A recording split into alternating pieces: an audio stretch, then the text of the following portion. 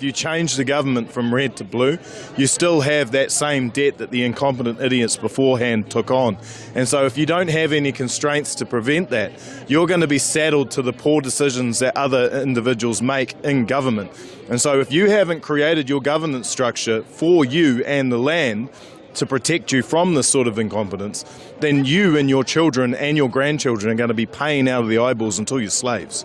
And if it's gotten to the point where we don't have taxation with representation, you're going to have to do your own reset rather than allowing the elite to do their reset. Because a reset by the elite means more slavery for you. A reset by we the people means less slavery for you. How you going, brother? Good to see you. It's been a while. Yeah, mate. You remember me, eh? Yes, I do. Good. Absolutely. Yeah. Wellington. We never forget our brothers in arms. Have you signed the representative action petition? Yeah. Fuel prices must be stinging more than water prices right now. They are. We're both against theft. We can all agree that we're against theft, especially of things we paid for. I'm against every wrongdoing that's happening under this government. Yeah. You know, I don't like the way this country's going, and I want to do something about it. Yeah. So here I am. Yeah. I think you and me would agree on a new constitution that constrains the ideologues from doing disastrous things like these ones have done over the last few years. Yeah. We would. Yeah. The problem with this government is that it's its own little corporate club, and whatever mistakes they make, they don't care about because they don't have to wear the responsibility we do. And that's when you have taxation without representation. And usually it's been going on for too bloody long, eh? I've been a member with these guys for quite a while. Yeah, I just had a conversation. Brilliant answers. Good people, Usually when I interview a politician, they get a little bit agitated because, wait a minute, you're not accredited media. You haven't forwarded these questions to me prior. I haven't got anything ready. But every question I asked him, he wasn't ready for, and boom, he had an answer because he does his research. Was that the national one or the No, one? that was the taxpayer union guy. Oh, yeah. Now, I'm tired of asking them questions. Oh, I can see it in their eyes. They're terrified of me. I've been trying to catch Seymour when he was in Tauranga, but he runs fast, eh? He's like a quick little weasel. He is. He's away. He's like a stoat. Now, when we arrive at an area, we like to bug it with our small cameras so that we can delve into the private lives of the wildlife that lives there in a completely non-obtrusive way. And when we're working in the autumn and winter, we have to use cameras that can see in the dark, and we typically use infrared cameras. We've got plenty of those here. So it's totally dark, the animals never know we're looking at them, but we can see their little white bodies glowing in the darkness. And if you were watching last night, you know that we were focusing our attention down on the marsh. There was a tremendous amount of activity, lots of wildfowl and waders down there, and as the programme was coming to an end, we spotted a fox trotting around on the marsh. Well, as soon as the programme continued, we thought we'd try and keep our eyes on that fox to see what happened, and this is what we saw. The fox is quartering the marsh, perhaps opportunistically hoping to find a sick or injured widgeon or teal or lapwing. Eventually it moves to one side and it disappeared out of sight behind a hedge.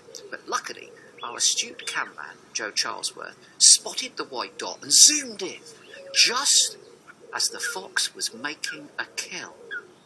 We saw it pounce. And then, partially hidden behind the vegetation, the question was, what was the prey? Well, look at that. The long, slim body of the stoat. A stoat. And only the night before we'd been watching stoats or a stoat go backwards and forwards across that marsh itself looking for prey. But here, the predator had become prey. Well, it all happened very quickly. So let's have another look. The cameraman finds the fox, and I think, when you watch this, this is its first pounce. Look, we catch it mid-air. Its brush held up. It overshoots the stoat. You can see that there on the right, still on the ground. Returns to it. The stoat is then in the fox's mouth, and it's shaking it, as you would expect. But then it breaks free again, and you can just see it moving the foreground. The fox focused intently on its prey, makes another lunge. The stoat moves away to the right. You expect it to flee, but it turns, confronting the fox, and runs into the jaws of its death. and the fox then seizes the stoat, and their thermal images become one. Yeah. He's a little I need to bring my dog wily. along. My dog will catch him. Oh man. I watched a little video of Napoleon sort of just catching him as he was getting in the car. Yeah. Yeah, but he got away again. Oh, did he? Yeah. Didn't want to talk. We went to a meeting, didn't we? And we asked him a few questions, and he ran away from us too. Really? Yeah. You got Seymour? We did. Someone got it all on film, but we're still waiting for all the footage. Oh, cool, It's hilarious. cool, We asked him, the last question we asked him, he goes, last question. I gave the question to the girl. Yeah. As Oh, was that didn't- Brooke?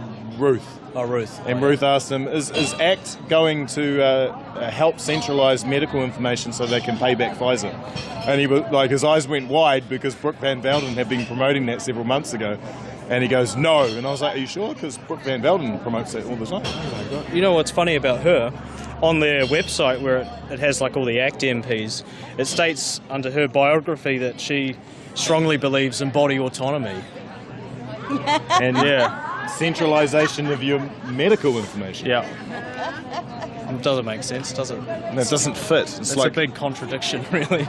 it's like two dicks. Yeah. We won't cut that.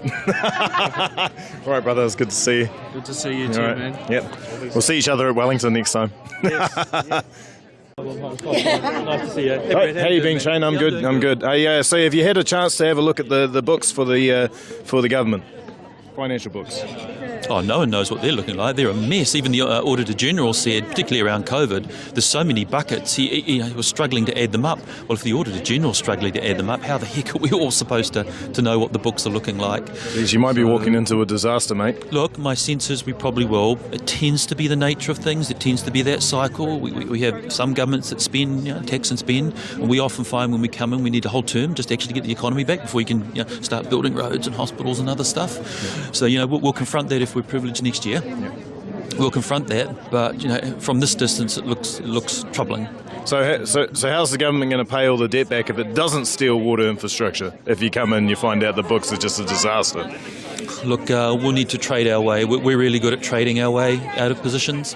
I know under John and Bill and Stephen, we opened up, we had 12, 13 airlines come in, and tourism picked up, and hospitality, and so we'll need to trade our way fundamentally. We're a trading nation.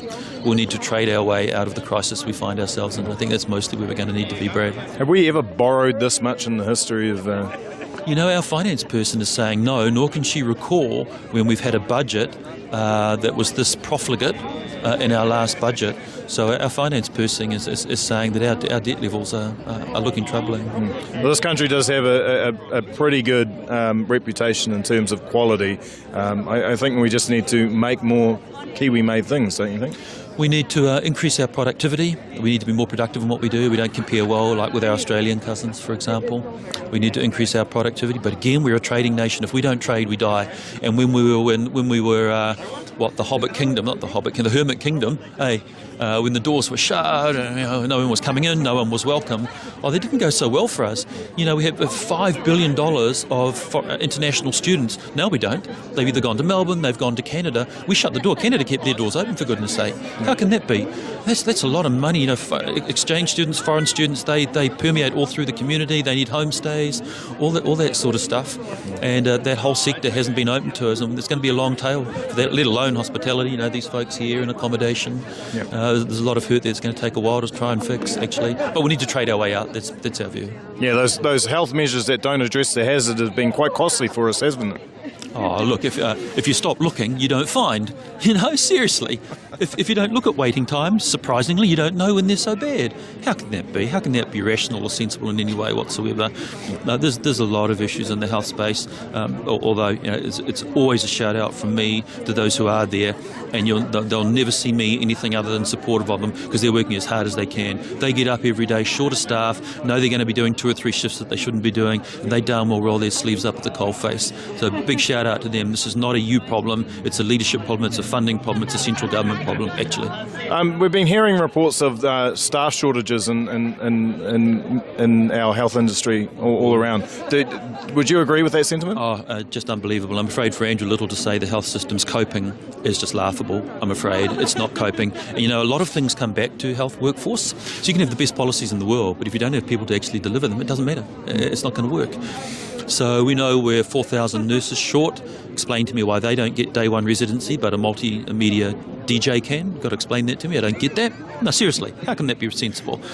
We're 1,500 GPs short. Can you explain to me why there was no new medical school places in the budget 3 weeks ago? How does that work? We've got to grow our own homegrown, culturally competent, GPs. We're 1,500 specialists short. Our health workforce is in dire straits. And 2 weeks ago, Australia said they're going to build a $4.5 billion health army. Where do you think they're looking? Offering $30,000 more and relocation costs. Where do you think they're going to look? Yeah, our health industry needs people that understand our people. Do you think we should bring back all the people who were mandated out of their jobs? I opposed, on behalf of our party, the public health order on Tuesday and voted it down, and made the case very clearly that we need to see a pathway to mandates ending and what the terms and conditions will be. So on behalf of the National Party, I voted that down. Labor had the majority, they voted it up, so it stays for another 6 months. That's what happened, actually. But as a caucus, we voted it down. Well, I agree with you. I don't think anybody should be forced to date men. Some people prefer women. I know I prefer women. You prefer women, don't you? That's an image I don't want, actually. Thank you, Brad. Thank you for sharing that personal moment with me. But I mean, if a mandate were to be propositioned to me, I think they would have to dress up and offer to pay for dinner. Boy, I'm so offering a no comment to that. That's just risky and dangerous for me, Brad. You know that. Good to see you. Take care, mate.